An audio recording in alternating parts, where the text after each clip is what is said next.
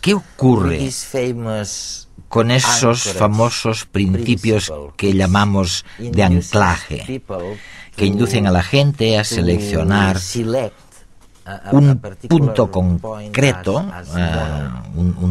como moral, como lícito, y no otro punto? Quiero decir, no hay nada muy fundamental en esta elección. Pueden elegir esto o lo otro, pueden elegir lo mismo pensando que es moral, pero ¿en virtud de qué? Mark, ¿en virtud de qué? No lo sabemos muy bien. Es una cuestión abierta. ¿Hasta qué punto tenemos la opción de elegir? Por ejemplo, en muchos países de Oriente Medio, como Jordania o Palestina, etc., si un hombre descubre que su mujer ha tenido relaciones sexuales con otra persona, será asesinada. Son los crímenes de honor. Ahora bien, en Oriente Medio, las personas encargadas de cometer estos crímenes no son los maridos, sino los familiares de esas mujeres, su madre o hermanas. En este país, en los Estados Unidos, especialmente en el sur, donde todo empezó, si un hombre descubre a su mujer en la cama con su amante, es su responsabilidad. En ambas culturas hay una violación del vínculo marital, pero de quién es la responsabilidad, eso depende de cada cultura. Por lo tanto, la idea básica es que la gramática universal y la gramática moral universal son principios abstractos en cuanto a su naturaleza cooperativa o dañina. Veamos ahora un ejemplo mucho más concreto. En la mayoría de los países, la eutanasia activa está prohibida. Una persona que está en cuidados intensivos no puede recibir una sobredosis. Pero podemos suprimir el apoyo a la vida, es decir, podemos permitir que muera. Por lo tanto, distinguimos entre la acción y la omisión. Esto es cierto cuando estamos confrontados ante cualquier dilema moral. Las acciones siempre son peor vistas que las omisiones. Ahora bien, si la sociedad puede decidir, no sé si es cierto en España, pero sí lo es en Francia, es la ley del buen samaritano.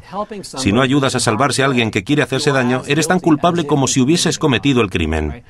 Aquí, acción y omisión van juntas, son equiparables. En Bélgica y en los Países Bajos ya no hay distinción legal entre eutanasia activa y eutanasia pasiva. Por lo tanto, la sociedad puede decidir. Pero lo importante aquí es que la mente humana ha desarrollado una norma empírica, y es que las acciones son peores que las omisiones. Y yo creo que hay una razón de peso que lo explica. Es mucho más fácil ver las intenciones de una acción que de una omisión. Mientras tú estás aquí sentado, estás omitiendo muchas cosas. Estás matando a muchas personas. Las estás matando porque no las estás ayudando. Cada segundo que pasa estás matando a gente por omisión. Si tú fueses culpable de esto, estarías encarcelado de por vida. Por lo tanto, se insiste en las acciones y no en las omisiones. Los seres humanos estamos acostumbrados a vivir en grupo. ¿Qué ocurrirá si se obliga a 4 jugadores a formar parte de un mismo equipo que deberá luchar contra el resto de participantes? ¿Cambiará el comportamiento de los unos y los otros?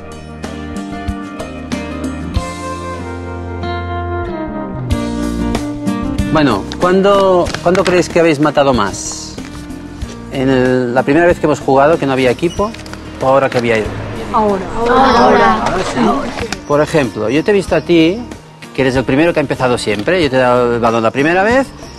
¿Y qué has hecho la primera vez? Cuando hemos empezado. No, lo he pasado yo creo. ¿Lo has pasado? ¿Sí? Sí. ¿Y por qué ahora sí y antes no? Porque ahora hay más rivalidad porque hay 4 personas que están dentro de un equipo y vamos más a por matar. Y entonces, ¿vosotros pensáis todos que han sido más agresivos los que iban en equipo que el resto? No. Sí, ¿igual de agresivos? Sí, porque los demás íbamos como también un poco como con un equipo. ¿Ah, sí? Sí. ¿Qué equipo? ¿Todos los demás? ¿Todos? No. Creo que los demás también, como eran un equipo contra todos nosotros, pues nosotros los que no éramos de equipo, nos hemos hecho como un equipo sin decir nada, pero íbamos a por ellos y nos la pasábamos para matar más. En este caso aparece claramente una actitud de prejuicio.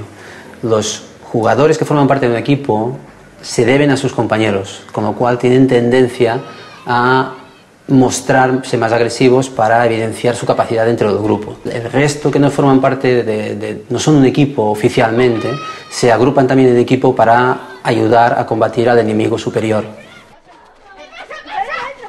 Este sentimiento de grupo se puede incluso generar en ausencia de condiciones para considerar un grupo objetivo, como por ejemplo puede ocurrir que se genere de manera espontánea cuando viajamos como turistas y nos sentimos parte del grupo de españoles o del autobús azul, etc. Normalmente este sentimiento es uno de los más potentes de nuestra especie.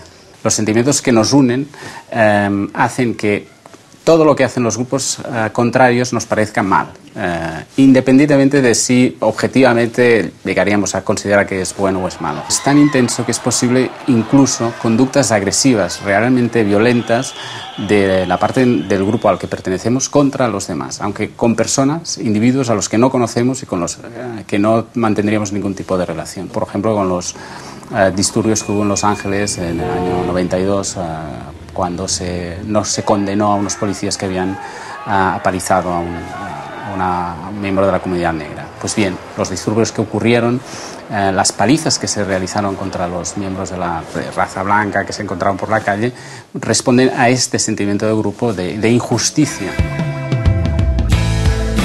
La ciencia explica cada vez mejor los orígenes de nuestras conductas más innatas. Y eso no es todo.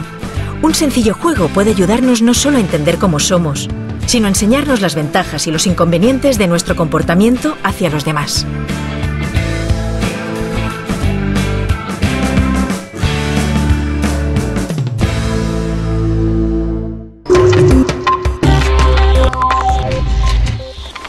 Es fantástico pensar en el poder de estas normas sociales, ¿no? Los neurólogos ahora dicen que el cerebro decide en función de las creencias y no de lo que vemos. No decidimos en función de lo que vemos, sino de nuestras convicciones. Increíble. ¿Tú qué piensas? ¿Cómo podemos enmarcar todo eso con la moral universal de que hablabas? Innata.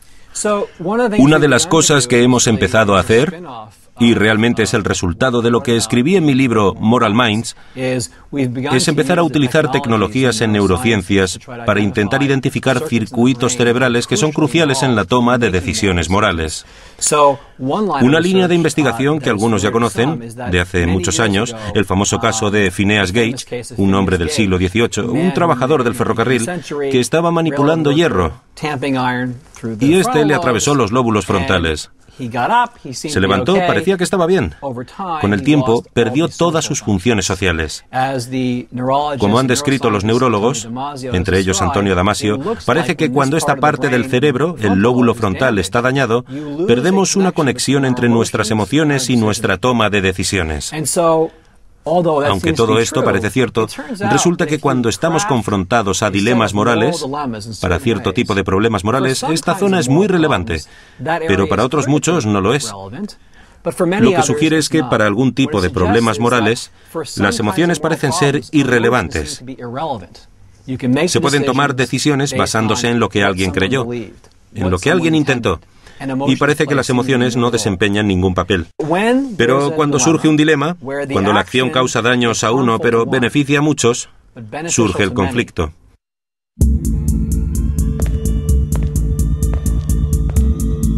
Cinco pacientes esperan con urgencia un trasplante, cada uno de un órgano distinto.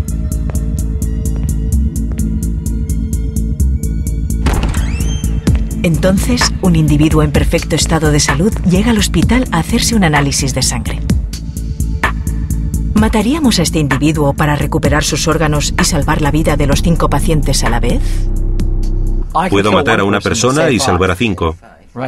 En tal caso, estos pacientes con el lóbulo dañado prefieren salvar a los 5.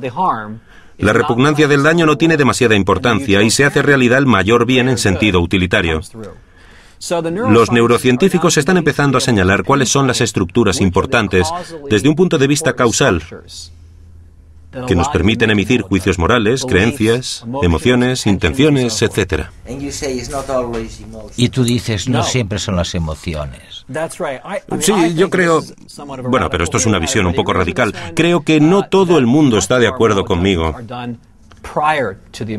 Yo creo que gran parte de nuestros juicios morales se hacen antes de las emociones. En cierto modo, las emociones siguen a los juicios morales, en lugar de precederlos. Y esta es una visión nueva. Es la visión radical, sí. Pero veamos la psicopatía. Por ejemplo, los psicópatas. Son gente que hace cosas malas, que matan a otros. La interpretación clásica es que tienen un déficit emocional. Debido a este déficit emocional, ellos no saben lo que está bien o mal. Pero hay una interpretación alternativa. Ellos saben lo que está bien o mal, pero como carecen de las emociones necesarias, no pueden evitar hacer lo que está mal.